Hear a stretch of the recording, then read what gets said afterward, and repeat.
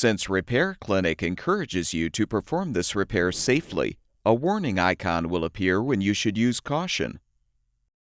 To replace the freezer drain tube in this Samsung refrigerator, you will need a Phillips head screwdriver. Before you begin the procedure, unplug the appliance's power cord. Have an assistant help you to move the refrigerator away from the wall. Unthread the 7 screws securing the lower rear access panel using the Phillips head screwdriver.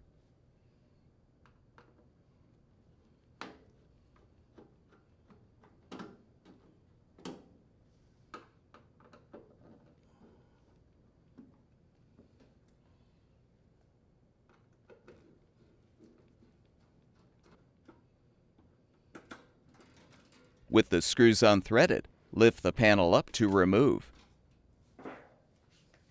If still intact, detach the old drain tube from the valve. To install the new freezer drain tube, align the end of the tube with the small hole on the retaining post and insert the opposite end into the valve attached to the drain spout.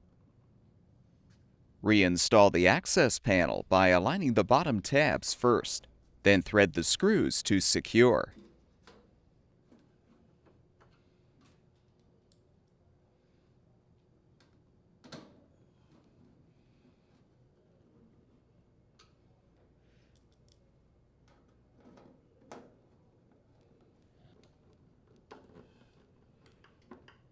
Move the appliance back against the wall.